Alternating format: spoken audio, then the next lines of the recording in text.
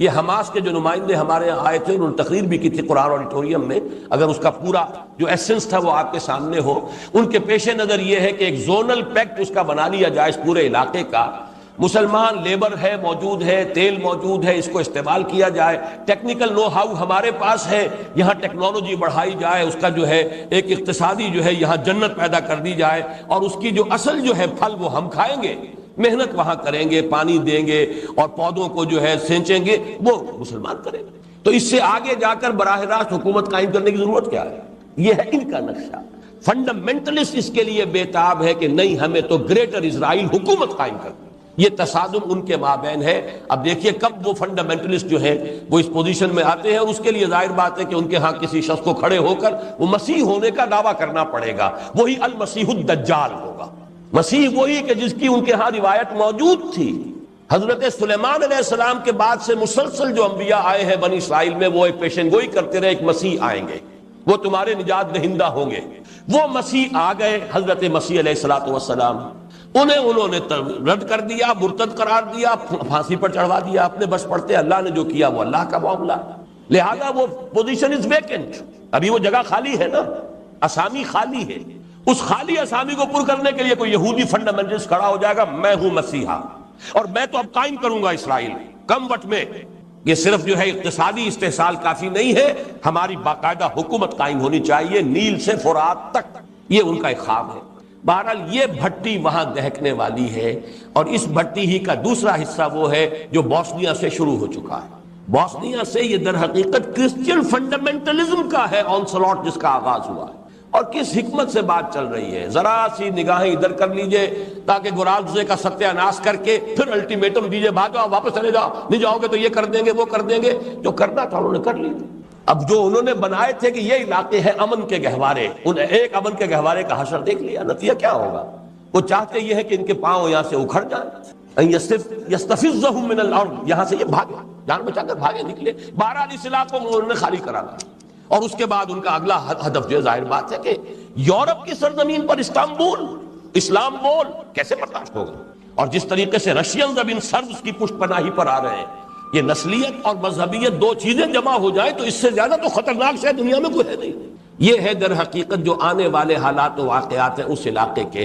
ادھر سے عیسائی آنسلاٹ ہوگا، جو حدیث میں الملحمۃ العظمیٰ جس کا حوالہ دیا گیا ہے، جو آرمگیڈون ہے عیسائی روایات میں، وہ بہت بڑی جنگ ہوگی، اور اس وقت جب یہ کہ مسجد شہید ہوگی، جو فنڈامنٹل مسلمان ہے وہ کھڑا ہوگا، وہ احتجاج کرے گا، اس کو سب سے پہلے تو اپنے حکمران بھونیں گے، اور رہی صحیح کسر جو عیسائی اور یہ یہودی جو ہیں یہ پوری کریں گے۔ یہ تو سیناریو ہے آنے والے دور کی دھندلی سی ایک تصویر دیکھ، جو علامہ اقبال نے کہا تھا، کھول کر آنکھیں میرے آئی نئے افکار میں، آنے والے دور کی دھندلی سی ایک تصویر دیکھ۔ تو یہ احادیث سے جو نقشہ سامنے آتا ہے، اور اب تو معلوم ہوتا ہے کہ وہ حالات جو اسٹیج ہیز بین سیٹ، وہ سارے کے سارے معاملات آنے والے۔ اب آ جائیے جبکہ عالم اسلام کا قلب اور میسرہ تو اس حال میں ہے، گویا کہ اب ساری توجہ جو ہے اب ہماری مرکوز ہونی چاہیے اس کے دائیں بازو کی طرف۔ میمنہ، دایاں بازو، یہ دایاں بازو کسی زمانے میں تو مسلسل تھا۔ ایران، افغانستان، ترکستان کے دو حصے تھے، روسی ترکستان ہو گیا، بعد میں چینی ترکستان ہو گیا، پہلے تو یہ ایک ہی علاقہ تھا۔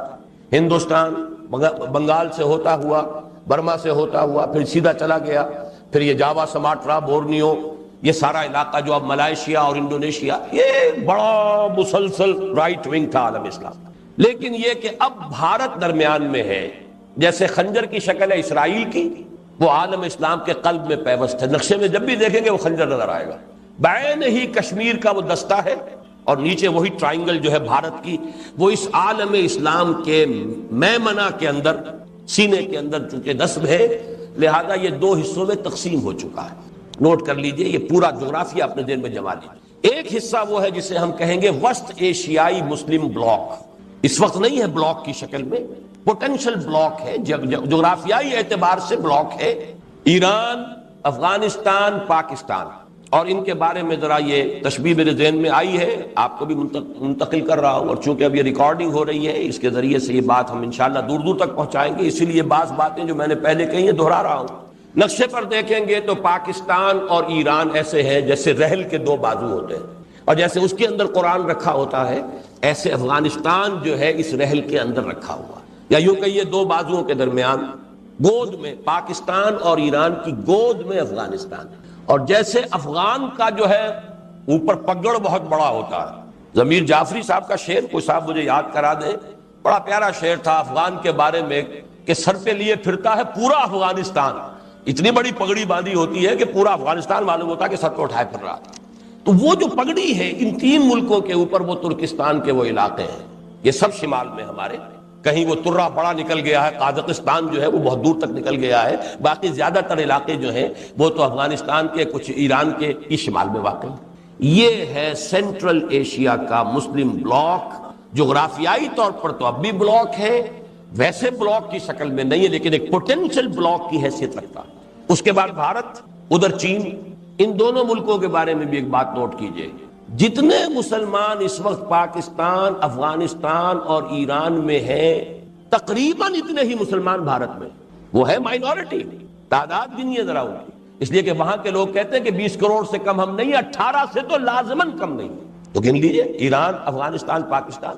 اور جتنے مسلمان اس روسی ترکستان کے علاقے کے اندر آباد ہیں، اتنا ہی مسلمان تقریباً چینی ترکستان کے اندر آباد ہیں. تو یہ ایک تو ہے وہ بلاک، ان چار حصوں کا کہیے. ویسے ممالک تو کئی بن جائیں گے، یہ ترکستانی ریاستیں تعداد میں تو کئی ہیں، لیکن چار سمجھیے، ایران، افغانستان، پاکستان اور روسی ترکستان، یہ ایک بلاک ہے. ساتھ جو علاقہ ہے بھارت، اس میں 15 کروڑ، 18 کروڑ یا 20 کروڑ مسلمان. ادھر تقریباً 7 کروڑ لگ بھگ جو ہیں وہ چینی ترکستان کے اندر. اس نقشے کو ذہن میں جمائیے. اس کے بعد وہ مشرقی بازو ہے، اس کے بارے میں مجھے تفصیل سے زیادہ عرض نہیں کرنا. اس میں انڈونیشیا ہے. کہا یہ جاتا ہے کہ پوری دنیا میں مسلمان آبادی کا سب سے بڑا ملک. اس کو عیسائیت نے اس طرح ٹارگٹ کیا ہے، اتنے بڑے پیمانے پر مشنری ایکٹیویٹی ان کی ہے، اور اتنے بڑے پیمانے پر کنورشن ہو رہی ہے، اور حکومت کی سطح پر اتنا تعاون ہے عیسائیوں کے ساتھ. مسلم فنڈامنٹلزم کو کرب کیا جاتا ہے کہ سنگ و خشت مقید ہے اور سگ آزاد، اور ساری سرکاری مشینری جو ہے وہ عیسائی مشنریز کو وہاں پر سپورٹ کرتی ہے. ان کا دعویٰ یہ ہے کہ اگلی صدی کے ربع اول کے اندر عیسائی مشنری، باقاعدہ ان کے یہ ریٹن کلیمز ہیں، ہم انڈونیشیا کو خالص عیسائی ملک بنا لیں گے. ہوگا کیا یہ تو اللہ جانتا ہے، لیکن یہ کہ دعویٰ ان کا ہے. ملائیشیا ہے، بڑا اچھا ملک ہے، بڑے صاف ستھرے لوگ ہیں، سیدھے، لیکن یہ کہ ایک تو چھوٹا ملک، کوئی حیثیت نہیں. دوسرے یہ کہ وہاں چینی جو ہے مائنورٹی بڑی ایکٹیو ہے. اس کے بعد بنگلہ دیش ہے، بہرحال وہ ہمارا ہی جسم کا ایک حصہ ہے سابق.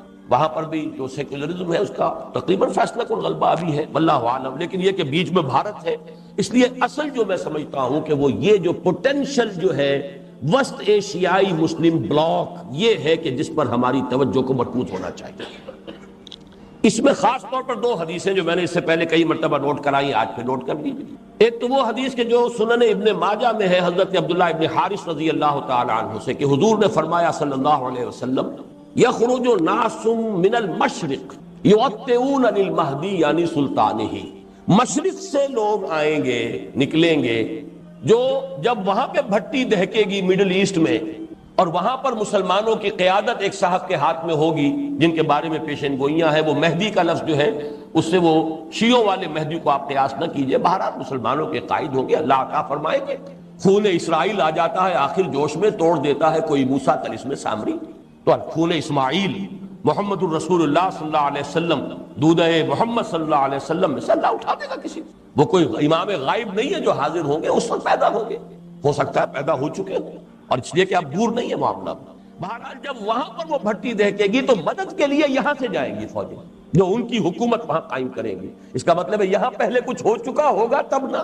یخرج ناس من المشرق، مشرق جزیرہ نما عرب کا مشرق یہی ہے. وہ کیا کریں گے؟ یؤطئون للمہدی، وہ فتح پر فتح حاصل کرتے ہوئے، منزل پر منزل مارتے ہوئے آئیں گے اور مہدی کی مدد کریں گے، اور وہاں یعنی سلطان ہی اس کی حکومت قائم. دوسری حدیث ہے، یہ چونکہ سنن جامع ترمذی کی روایت ہے، بہت اہم ہے اس اعتبار سے، اور راوی حضرت ابو ہریرہ ہے رضی اللہ تعالی عنہ، اور اس میں مشرق کا لفظ نہیں ہے، ایک علاقے کا نام ہے. یخرج من خراسان رایات سود لا يردها شيء حتى تنصب بإيلیا، رواہ الترمذی رحمہ اللہ عن ابی ہریرہ رضی اللہ عنہ. خراسان کے علاقے سے فوجیں نکلیں گی، علم برآمد ہوں گے، سیاہ علم، انہیں کوئی واپس نہیں کر سکے گی، کوئی طاقت ان کا منہ نہیں پھیر سکے گی، وہ بڑھتے چلے آئیں گے یہاں تک کہ ایلیا میں وہ جھنڈے نصب ہو جائیں گے۔ اب یہ خراسان اور ایلیا حضور کے زمانے میں کسے کہتے تھے؟ ایلیا یروشلم کا نام ہے۔ سن 70 عیسوی میں ٹائٹس نے جب یروشلم کو بالکل منہدم کر دیا، ڈسٹرائے کر دیا، اس کا نام و نشان نہیں رہا تھا۔ کئی 100 سال بعد رومن ایمپرر ہیڈریان نے اسے دوبارہ تعمیر کیا تو اس کا نام ایلیا رکھا، یروشلم نام نہیں رکھا، ایلیا۔ عیسائی ہسٹری میں اس کا نام ایلیا ہے، حضور کے زمانے میں اس کا نام ایلیا تھا، یہی یروشلم۔ اور نمبر 2 خراسان کا علاقہ حضور کے زمانے میں وہ ہے جو میں نے ابھی جو آپ کو یہ مشرقی وسطیٰ کا مسلم بلاک، مشرقی ایشیا کا مسلم بلاک جو بتایا ہے، اس کا قلب جو ہے وہ خراسان ہے حضور کے زمانے کا، پورا افغانستان اور کچھ علاقے پاکستان کے، افغانستان اور ایران کے اور ترکستان کے، یہ علاقہ حضور کے زمانے میں خراسان کہلاتا۔ ان دونوں حدیثوں کے حوالے سے اب بات یوں سمجھیے کہ اس وقت کا جو بھی نقشہ سامنے موجود ہے اسے بھی دیکھ لیجیے، اور حضور صلی اللہ علیہ وسلم کے فرمودات کا آئینہ جو ہے اس میں جس حقیقت کا انعکاس ہو رہا ہے، متفق گردید روئے رائے بو علی بارائے من، بات تو ایک ہو گئی۔ اس پر جو مرکوز کیجئے اپنی توجہ کو، تو جو حقائق سامنے آتے ہیں، وقت کم ہو رہا ہے تو میں جلدی ذرا کروں گا۔ ان میں سے نمبر 1 ایران ہے۔ اگر ہم چلتے ہیں عرب سے مشرق کی طرف تو ایران ایک اعتبار سے یہ بازی لے گیا ہے پورے عالم اسلام پر۔ ان کے مذہبی عقائد، ان کی فقہ سے ہمیں جو اختلاف ہے وہ ہے اپنی جگہ پر ہے، آپ کو معلوم ہے۔ میرے بارے میں کسی کو اشتباہ نہیں ہو سکتا اس اعتبار سے، میری جس درجے دشمنی رکھی گئی ہے، جس طرح میرے سر کا جو ہے مطالبہ ہوتا تھا، 2 ہی آدمی تھے پاکستان میں کہ جن کے سر مانگے گئے، ایک کراچی کے وہ شاہ بلیغ الدین صاحب اور ایک میں، تو اس حوالے سے وہ اپنی جگہ پر اختلاف ہے، لیکن اس حقیقت کا اعتراف کیے بغیر نہیں رہا جا سکتا۔ پورے عالم اسلام میں یہ واحد مسلمان ملک ہے جس نے بہرحال اپنی شریعت، اپنے عقائد کے مطابق ایک مذہبی انقلاب برپا کیا، اور پورے عالم اسلام میں مذہبی سطح پر، حکومت کی سطح پر فنڈامنٹلسٹ صرف ایک ملک ہے، یا دوسرا جو ہے تھوڑا سا وہ ہے سوڈان، لیکن اس کی اہمیت اس لیے نہیں کہ وہ کسی عوامی انقلاب سے نہیں بنا، بلکہ وہ تو ایک فوجی انقلاب سے شکل بنی ہے جو بھی بنی ہے۔ اللہ کرے اس میں استقامت ہو، اس سے یقینی کوئی نتیجہ برآمد ہو جائے۔ خبریں بھی اچھی آ رہی ہیں، لیکن میں تو دنیا کا جو پرسپیکٹو ہے اس کے حوالے سے عرض کر رہا ہوں کہ اس پہلو سے ایران ان کا ٹارگٹ ہے، ٹارگٹ نمبر 1 ایک خاص اعتبار سے۔ ٹارگٹ نمبر 1 ایک دوسرے اعتبار سے ہم ہیں، وہ میں بعد میں عرض کروں گا۔ چونکہ حکومت کی سطح پر فنڈامنٹلزم ہے اور وہ آیا ہے ایک عوامی انقلاب کے نتیجے میں، پھر ان کے پاس تیل کی دولت ہے، اس کے خلاف اکنامک سینکشنز بھی ہو جائیں تو اگر لیبیا کھڑا ہو سکتا ہے تو بہرحال وہ بھی کھڑا ہو سکتا ہے، اور نقشہ وہ دنیا کو دکھا چکا ہے کہ لڑا دے ممولے کو شہباز، یہ نقشہ بھی اس نے دکھا دیا۔ یہ ہے ایران کا معاملہ۔ نمبر 2 پاکستان 400 برس کی تجدیدی مساعی کا امین ہے، امانت دار ہے۔ پورے ہندوستان میں مجدد الفسانی رحمت اللہ علیہ، شاہ ولی اللہ دہلوی رحمت اللہ علیہ، سید احمد بریلوی رحمت اللہ علیہ، ان کا جہاد، پھر اس 20ویں صدی عیسوی میں یا 14ویں صدی ہجری میں علامہ اقبال جیسا مفکر، مولانا مودودی جیسا مصنف، مولانا الیاس جیسا مبلغ، شیخ الہند جیسا مجاہد حریت، پورے عالم اسلام میں ان کا پیرلل کوئی موجود نہیں۔ یہ 400 سال کی تاریخ ہے، اس کی امانت، اور اس کے نتیجے میں یہاں کے مڈل کلاس میں فنڈامنٹلزم کا ایک نیوکلیس ہے، اگرچہ حکومت کی سطح پر کوئی پیش رفت نہیں ہو سکی آج تک، بلکہ اب تو پسپائی ہو رہی ہے، اب پیچھے ہٹ رہے ہیں۔ وہ ہمارے ان سیاسی جو بھی زعماء ہیں، جو جماعتیں ہیں، ان کی غلطی اور الیکشن ہی کو واحد میدان بنا کر اس کے اندر اپنا سارا وقت و توانائیاں اور قوتیں ضائع کر دینا، یہ ہے در حقیقت جس کا کہ یہ صدا مل رہی ہے کہ اس اعتبار سے تو پسپائی کی طرف ہے معاملہ، کسی پیش رفت کی طرف نہیں ہے۔ لیکن باہر والے تو دیکھتے ہیں نا کہ اندر کیا کچھ مواد موجود ہے۔ اگر مڈل کلاس میں وہ فنڈامنٹلزم کا بارود موجود ہے تو کسی بھی وقت اس کے اندر جو ہے وہ کوئی دھماکہ ہو سکتا ہے۔ دوسری بات جو ان کے لیے ایک اعتبار سے ٹارگٹ نمبر 1 ہمیں بنا رہی ہے، وہ ہمارا ایٹمک نو ہاؤ ہے، پورے عالم اسلام میں اور کسی کے پاس نہیں۔ اسلامی بم اگر بنے گا تو یہی بنے گا۔ یہ ہے مختلف اسباب جس کے بنا پر ایران اور پاکستان کو آپ بریکٹ کر لیجئے، یہ اس نیو ورلڈ آرڈر یا آج کی میری گفتگو کے حوالے سے یہودی اور عیسائی گٹھ جوڑ کا جو ٹارگٹ نمبر 1 ہے، ایک اعتبار سے ایران ہے، ایک اعتبار سے پاکستان۔ افغانستان میں 10 لاکھ سے زیادہ جانیں دی جا چکی ہیں. جو بھی ہوا ہے ہر طرح کے لوگ اس جہاد میں شامل تھے. پھر جو آپس کے اختلافات ہیں اس جہاد فساد بن چکا ہے. لیکن اس سب کے باوجود نوٹ کر لیجئے یقیناً وہاں بہت سا خون نہایت خلوص کے ساتھ اور بہت سی جانیں نہایت اخلاص کے ساتھ دی گئی. ہو نہیں سکتا کہ یہ خون رنگ نہ لائے. اگرچہ سزا ہمیں مل رہی ہے اس غلطیوں کی جو کی گئی، تربیت کی طرف توجہ نہیں ہوئی، یا یہ کہ ایک امیر کے پیچھے جہاد نہیں کیا گیا. جہاد اسلامی کی شرط لازم ہے یہ ایک امیر کے اطاعت. ذرا سی خطا ہوئی تھی صحابہ کرام سے 35 صحابہ سے غزوہ احد میں، اور وہ سزا اللہ نے دی ہے کہ 70 صحابہ شہید ہوئے. تو اگر صحابہ کو سزا دی اللہ نے تو ہمیں کیوں نہیں دے؟ وہ سزا مل رہی ہے. بہرحال یہ سزا کا وقت ختم ہوگا، لیکن اس وقت جان لیجئے جو پوٹینشل ہے وہاں اسلام کے لیے، یہ یو این او کے پیٹ میں جو درد اٹھتا ہے، یہ مستری صاحب کوئی ہے جو اس وقت پتہ نہیں کیا وہاں پر اپنا مستری پنا کر رہے ہیں. ظاہر بات ہے یو این او کا نمائندہ بطرس غالی کا نمائندہ آئے گا تو وہ تو اس آپس کے اختلافات کو اور بھڑکائے گا. ان کے اپنے مقاصد ہیں، وہ مدد دیتے ہیں تو کسی وجہ سے دیتے ہیں. اب پھر مروڑ اٹھتا ہے ان کے پیٹ درد میں، جو پیٹ کے اندر مروڑ اٹھا ہے کہ پھر مدد آنی چاہیے، اتنے کروڑ ڈالر جو ہے وہ ڈیمانڈ کی گئی ہے کہ مدد ہونی چاہیے. بہرحال کچھ نہ کچھ وہ اپنا اس خیر کا پردہ ہے، اسی کے اندر اپنے شر کے جو مذموم مظاہر میں پورے کرتے ہیں. لیکن یہ کہ افغانستان کا مسئلہ یہ ہے پاکستان اور ایران کے درمیان مفاہمت ہو جائے تو گود میں افغانستان رکھا ہے. پھر یہ کہ وہاں کا معاملہ بھی سلجھنے کا اور حل ہونے کا امکان زیادہ ہو جائے گا. اور اگر ان دونوں کے درمیان کے بھی کوئی مفاہمت نہیں ہوتی تو کوئی امکان نہیں. وہاں بھی آپ کو معلوم ہے جو مختلف فیکٹرز ہیں ان میں سے ایک شیعہ سنی فیکٹر بھی ہے وہاں کے فساد کا. باقی رہ گئے جو اوپر کے شمالی علاقے ہیں، وہ قازقستان سے لے کر اور آذربائیجان وغیرہ کے علاقوں تک. یہ ظاہر بات ہے کہ ان کے بارے میں تو میں نے بات آپ کو بتائی تھی. ڈاکٹر جاوید اقبال صاحب نے مجھے ایک ملاقات میں بتایا تھا. جہاں میں گیا ہوں وہ کہتے ہیں کہ وی نیڈ اے ماڈل. ظاہر بات ہے کہ 70 برس گزرے، ان کی جو بھی ذہنی جو بھی ان کی تبدیلی آئی ہے، برین واشنگ ہوئی ہے، وہ اسلام وغیرہ سے کتنے کچھ اب واقف رہ گئے ہیں وہ سب کو معلوم ہے، اس کو بتانے کی ضرورت نہیں. پھر بھی وہ چاہتے ہیں کہ اسلام کا کوئی ماڈل تو پیش کرو نا ہمارے سامنے. ان کے یہ الفاظ نقل کیے تھے ڈاکٹر جاوید اقبال نے، Saudi model is not acceptable to us because it is based on monarchy. اسلام کے نام سے تو یا تو سعودی عرب کے اندر کوئی حکومت ہے، کوئی قوانین وغیرہ شریعت کے ہیں، تو وہ تو ہمیں اس لیے قابل قبول نہیں، وہ بادشاہت ہے. An Iranian model is also not acceptable to us because it is based on theocracy. یہ ایک مذہبی طبقے کی حکومت ہے، یہ بھی ہمارے لیے ناقابل قبول. تو کوئی ماڈل چاہیے. بہرحال یہ ہے وہ کیفیت ان کی. اور اس وقت جو کچھ مستری صاحب کرتے پھر رہے ہیں وہاں پر، مجھے تو اقبال کے وہ شعر یاد آیا کہ افغانیوں کی غیرت دین کا ہے یہ علاج، ملا کو ان کے کوہ و دمن سے نکال دو. یہ جو بھی ابلیس کی جو بھی ہدایت تھی تو شاید وہی کچھ کرنے ہوں کہ یہ جو بھی فنڈامنٹلسٹ ہیں ان سے کسی طریقے سے قیادت چھین کر، بہرحال اس میں جو بھی غلطیاں خامیاں کوتاہیاں خود ان کی ہیں وہ اپنی جگہ پر ہے. سارا الزام شیطان پر نہ ڈالیے، ہمارے اپنے کرتوت جو ہے وہ اپنی جگہ پر ہے. لیکن یہ کہ یہ ایک مختصر جائزہ ہے جو میں نے آپ کے سامنے رکھ دیا ہے. اس کے بعد مشرق میں چلیے.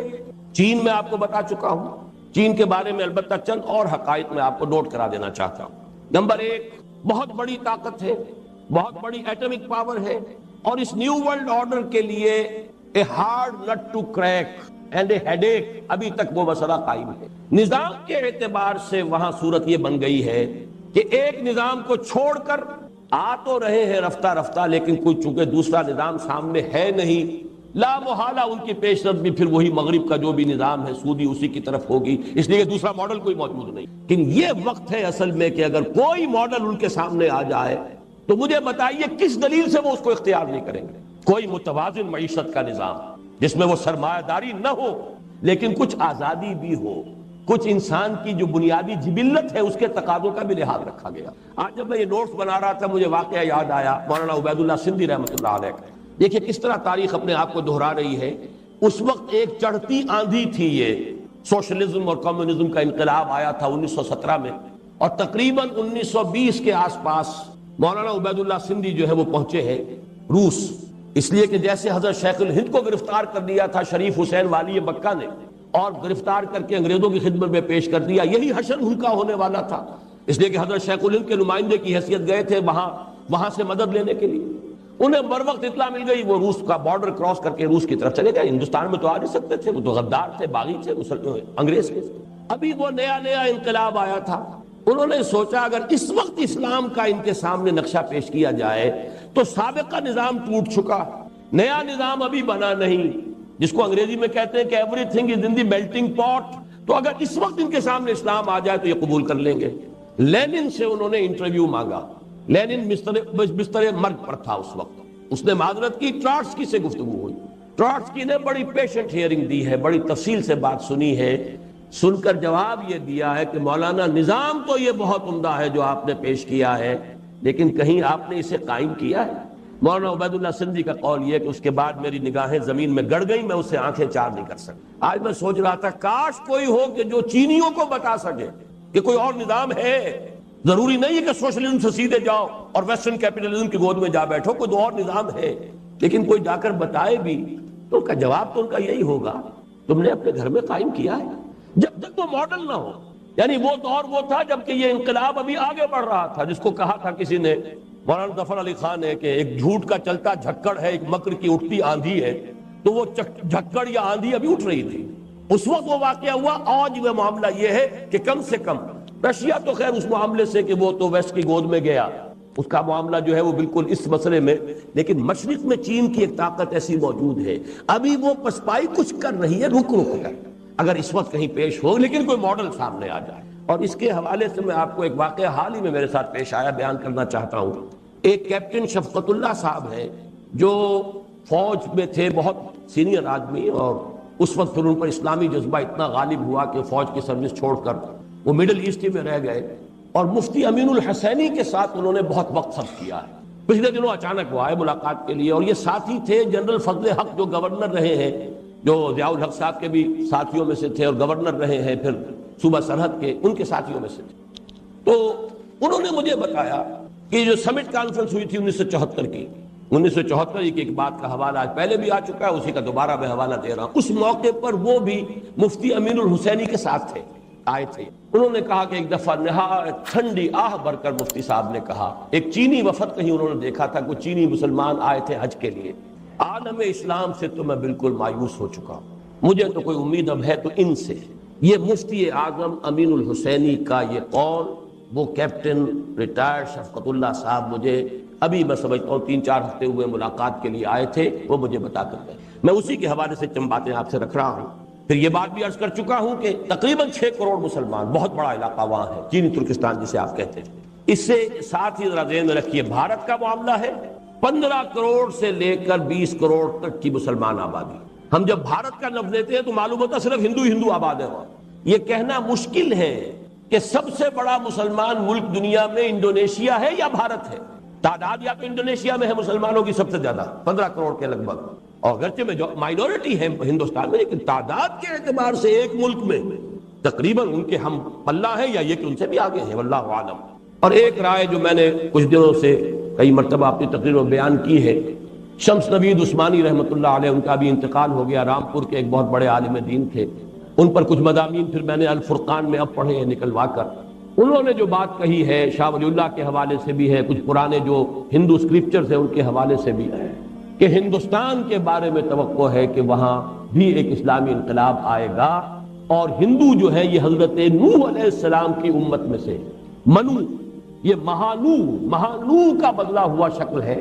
بہرحال حضرت ابراہیم علیہ السلام کے بعد چونکہ تمام نبوت جو ہے وہ حضرت ابراہیم کی نسل میں رہی ہے، لہذا حضرت ابراہیم اور حضرت نوح کے درمیان کا جو وقفہ ہے، ظاہر بات ہے اس میں بھی تو انبیاء آئے ہیں، ان کے حوالے سے یہ بات جو ہے کسی درجے میں صحیح ہو سکتی ہے، لیکن یہ کتاب اب چھپ چکی ہے ان کی پاکستان میں، اگر اب بھی نہ جاگے تو، نام عجیب سا ہے ٹائٹل اس کتاب کا، لیکن آپ لوگ اس کو لے کر پڑھیے۔ یہ ہے میرا جائزہ اس وقت کے عالم اسلام کا۔ اب میں آپ کے سامنے بڑی مختصر الفاظ میں 5 نکاتی ایک پروگرام ہے کہ جو پیش کر رہا ہوں کہ عملاً ہمیں اس میں کرنا کیا۔ پہلی بات، اہم ترین بات، 100 باتوں کی ایک بات، جس کے یوں سمجھیے کہ ہاتھی کے پاؤں میں سب کے پاؤں کے مثال سے ساری باقی باتیں اسی پر مبنی ہیں، وہ تو یہ کہ اس ارض پاکستان میں ایک اسلامی انقلاب برپا کیا جائے، ساری توجہ اس پر مرکوز ہے۔ یہ نہیں ہوتا، اگر یہ نہیں تو بابا پھر سب کہانیاں ہیں، ادھر کی مدد ادھر کی مدد، ادھر کی بھاگ ادھر کی دوڑ، ادھر کی سوچ ادھر کے بارے میں فکر، کچھ حاصل نہیں ہوگا اگر یہاں ہم کچھ نہیں کر سکتے، ماڈل یہاں پیش کر سکے۔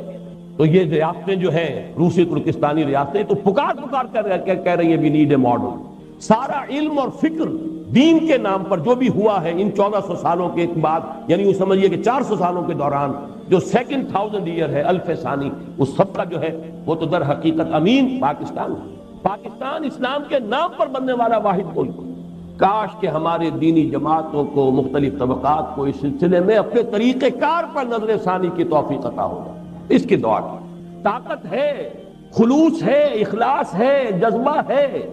اصل معاملہ جو ہے جہاں پانی مر رہا ہے وہ طریقہ کار کا ہے، اور اندیشہ اصل میں یہ ہے اگر انتخابات سے مایوسی ہوگی تو پھر کوئی چھاپے مار اور کوئی اس طرح کی کوئی تشدد پسندانہ ایکٹیویٹیز شاید شروع ہو جائیں، اور وہ اس سے زیادہ خوفناک اور خطرناک ہے اور مضر ہوگی اپنے مقصد کے اعتبار سے۔ اصل یہ ہے کہ منہج نبوی کی اساس پر، اسی کی بنیاد پر لن يصلح آخر هذه الامة الا بما صلح به اولها، اس اصول پر منہج انقلاب نبوی کی بنیاد پر کام کیا جائے۔ اور اسی کے لیے میں نے عرض کیا تھا کہ یہ جو دوسرا گروپ ہے جس کی 2 آیتیں میں آپ کو سنا چکا ہوں پہلے، یا ایھا الذین آمنوا من یرتد منکم عن دینہ فسوف یأتی اللہ بقوم یحبهم ویحبونہ اذلۃ علی المؤمنین اعزۃ علی الکافرین یجاہدون فی اللہ فی سبیل اللہ ولا یخافون لومۃ لائم۔ یہ جو اوصاف ہے 6، 2 کے 3 جوڑے، یہ اللہ تعالیٰ جنہوں نے پہلے سے کمر کسی ہوئی ہے انہیں توفیق دے کہ ساتھیوں مشوروں کو تیز کرو، وہ اپنی جد و جہد کو اور بڑھائیں اور ہمت کریں۔ اور جو لوگ ان تمام حقائق کے پیش نظر اگر اب وہ کمر کس لیں کہ اب ان صلاتی و نسکی و محیایا و مماتی للہ رب العالمین، اب ہمیں اسی کے لیے جینا اور مرنا ہے، تو ان اوصاف کو پہلے اپنے اندر پیدا کرنے کی کوشش کریں۔ جیسے اقبال نے کہا ہے کہ ہو صداقت کے لیے جس دل میں مرنے کی تڑپ، پہلے اپنے پیکر خاکی میں جان پیدا کرے۔ یہ روحانی جان ضروری ہے اس انقلاب کے لیے۔ وہ روحانی جان کیا ہے؟ اللہ ان سے محبت کرے گا، وہ اللہ سے محبت کرے گا۔ جائزہ لیں ساری محبتوں میں ٹاپ پر اللہ کی محبت ہے یا نہیں؟ مال، اولاد، جان، جائیداد، پروفیشن، جو بھی کچھ ہے، ان سب سے اوپر محبت اللہ کی ہے تو فرسٹ کوالیفیکیشن پوری ہو گئی۔ اور یہ نہیں ہے تو یہیں فیل ہو گئے، تو آگے بڑھنے کی ضرورت ہی نہیں۔ اذلۃ علی المؤمنین اعزۃ علی الکافرین، اہل ایمان کے حق میں بہت نرم اور کافروں کے حق میں بہت سخت ہو۔ حلقہ یاراں تو بریشم کی طرح نرم، اور رزم حق و باطل ہو تو فولاد ہے مومن۔ کل ہی شاید یہاں حدیث صبح بیان کی گئی، من احب للہ وابغض للہ واعطى للہ ومنع للہ فقد استکمل الایمان۔ محبت کرو تو صرف اللہ کے لیے محبت کرو، کسی سے دشمنی ہے تو اللہ کے لیے ہو، اپنی کسی ذات کی رنجش کی بنا پر نہ ہو، دین کے لیے ہو۔ بغض ہو، نفرت ہو، دین کی وجہ سے ہو، تعلق کا انقطاع ہو، دین کی وجہ سے ہو، مبارک، لیکن اور کسی وجہ سے نہیں۔ کسی سے کچھ روکا جائے تو اس لیے کہ اللہ کو اس کا روکنا پسند ہے، کسی کو کچھ دیا جائے تو اس لیے کہ اللہ کو اس کا دینا پسند ہے۔ یہ کیفیت ہو جائے تو ایمان کی تکمیل ہوتی ہے۔ تیسرا، یجاہدون فی سبیل اللہ ولا یخافون لومۃ لائم، اللہ کی راہ میں جہاد کرے اور کسی ملامت کرنے والے کی ملامت سے نہ ڈرے، چاہے وہ باپ ہو، چاہے وہ بڑا بھائی ہو، چاہے وہ ماں ہو، چاہے وہ بیوی ہو۔ کرنا ہے، لگانا ہے اپنے آپ کو اللہ کے دین کے لیے، کوئی راضی ہو چاہے ناراض ہو۔ جب تک یہ شکلیں نہیں ہوتی، یہ 6 اوصاف ہے، 2 کے 3 جوڑے، یحبہم ویحبونہ، اذلۃ علی المؤمنین اعزۃ علی الکافرین، یجاہدون فی سبیل اللہ ولا یخافون لومۃ لائم۔ اس راہ میں جو سب پہ گزرتی ہے تو گزری، تنہا پس زندہ کبھی رسوا سر بازار، کرتے ہیں بہت شیخ سرے گوشے ممبر اور گرجے ہیں بہت اہل حکم بر سرے دربار، اور چھوٹا نہیں، چھوڑا نہیں غیروں نے کوئی ناوی کے دشنام، چھوٹی نہیں اپنوں سے کوئی طرز ملامت۔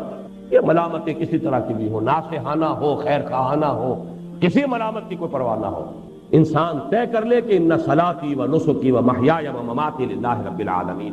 یہ تو ہے ان آیات کا حاصل۔ اور اس کے بعد 2 آیتیں پہلے بیان کر چکا، اللہ سے ولایت کا رشتہ، رسول سے، پھر اہل ایمان سے۔ اہل ایمان بھی وہ نام کے مسلمان نہیں، الذین یقیمون الصلاۃ ویؤتون الزکاۃ وہم راکعون ومن یتول اللہ ورسولہ والذین آمنوا فإن حزب اللہ هم الغالبون۔ یہ شرائط پوری کر لو، اللہ کا وعدہ ہے کہ وہی حزب اللہ غالب آئے گی۔ تو پہلا کام تو یہ ہے، اور اسی کام کے ہونے پر بقیہ 4 کا دار و مدار ہے، ورنہ ان میں سے کوئی چیز بھی اپنی جگہ پر کسی درجے میں بھی مفید نہیں ہوگی، فائدہ مند نہیں ہوگی۔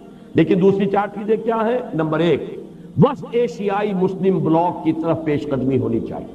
اس ضمن میں جو تجویز آئی ہے ایران کی، پازیٹیو ریسپانس ہونا چاہیے۔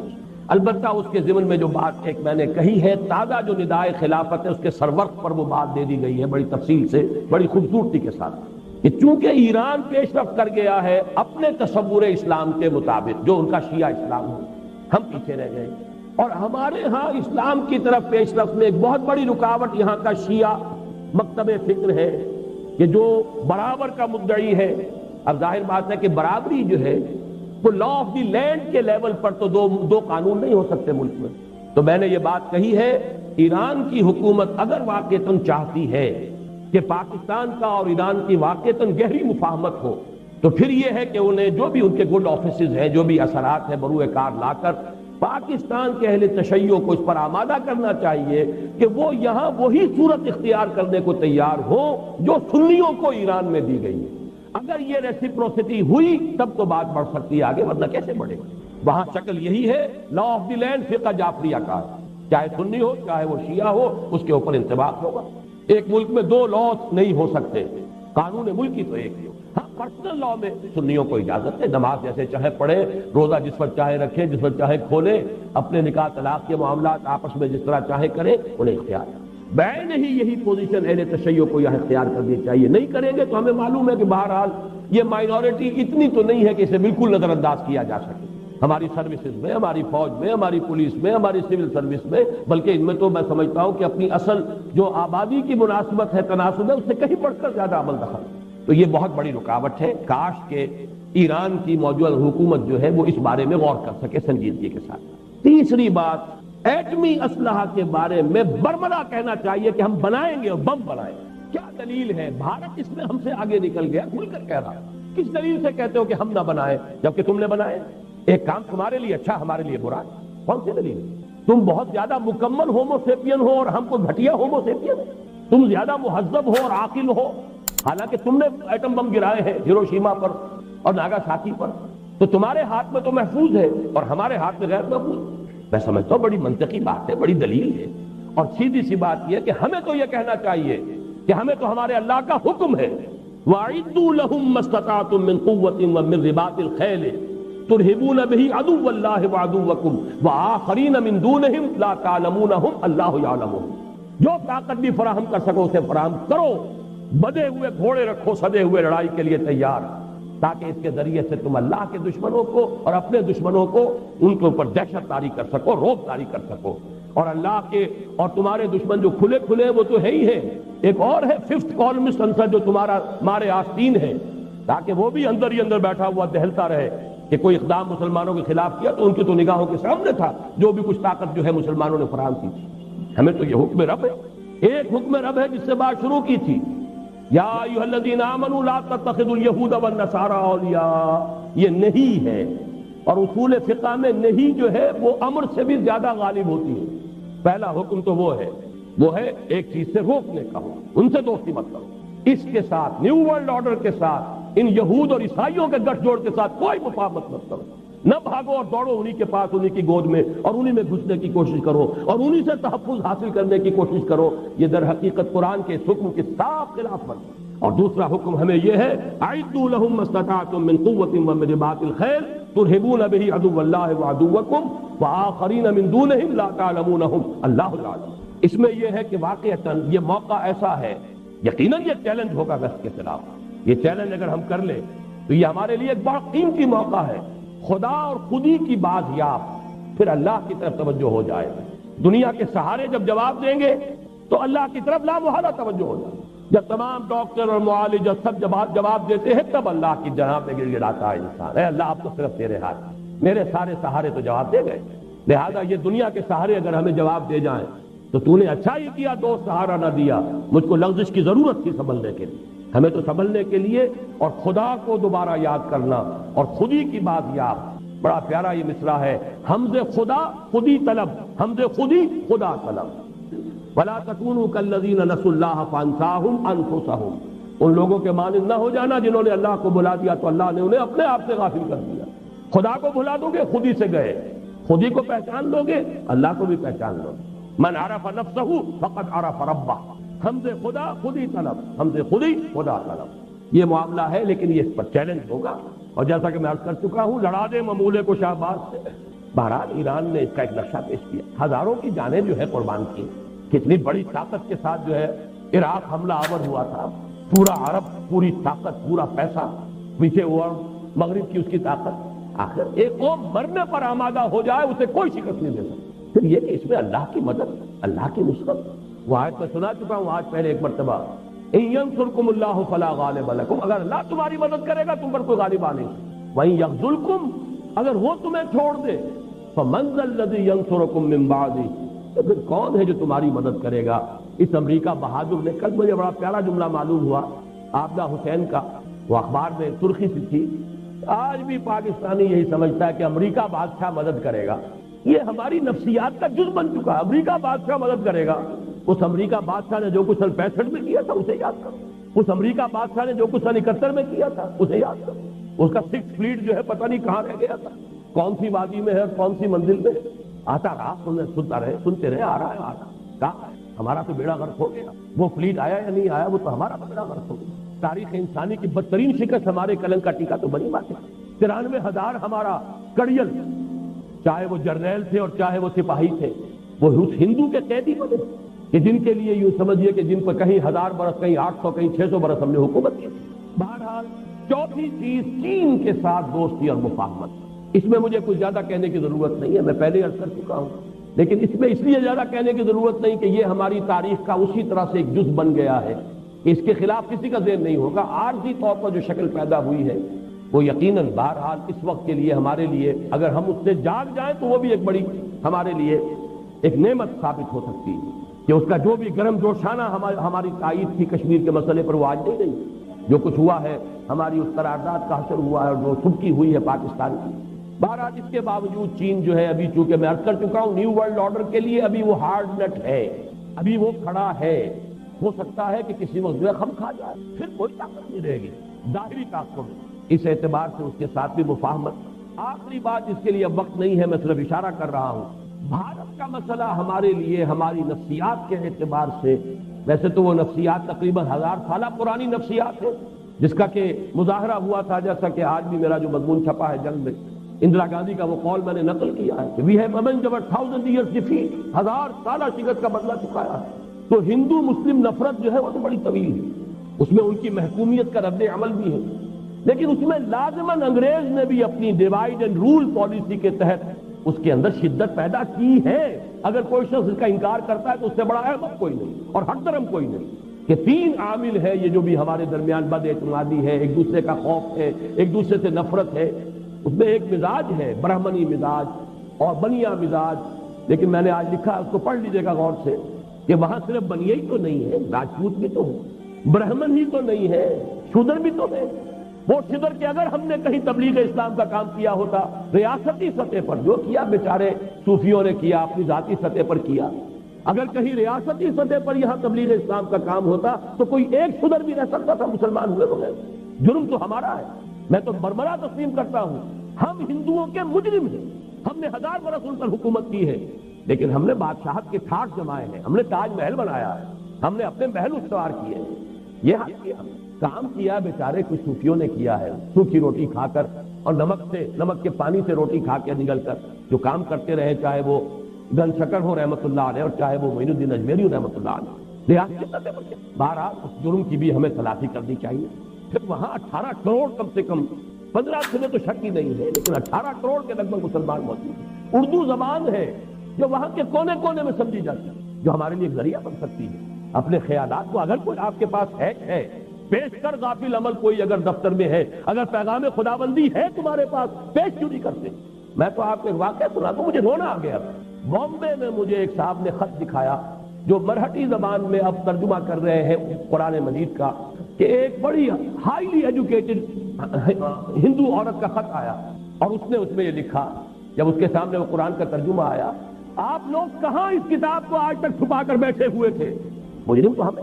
بہرحال معاملہ بہت پیچیدہ ہے بھارت کا، وقت چونکہ اب ختم ہو گیا ہے تقریباً، تو میں نے جو کچھ لکھا ہے، لکھنا شروع کیا ہے، اس میں بات اور آئے گی۔ ایک بات ضرور عرض کرنا چاہتا ہوں، کشمیر کے مسئلے کی ہڈی جو انگریز پھینک کر گیا ہے، باقی چیزیں اپنی جگہ اختلاف رائے کی گنجائش ہے۔ جو بے ایمانی ریڈ کلف نے کی تھی، جس کی وجہ سے کشمیر کی یہ ہڈی پھنسی ہے، جس کی وجہ سے ہماری جنگیں ہو چکی ہیں، جس کی وجہ سے کوئی مفاہمت نہیں ہو سکتی، اس کے بارے میں تو کوئی شک نہیں کہ یہ انگریز کا پیدا کردہ اس کی بے ایمانی اور اس کی خیانت کا در حقیقت شاہکار ہے۔ اس کے لیے بھی ہم یہی چاہیں وہی میر کا وہ شعر، اگرچہ پڑھنا نہیں میں چاہتا، کہ جس کے سبب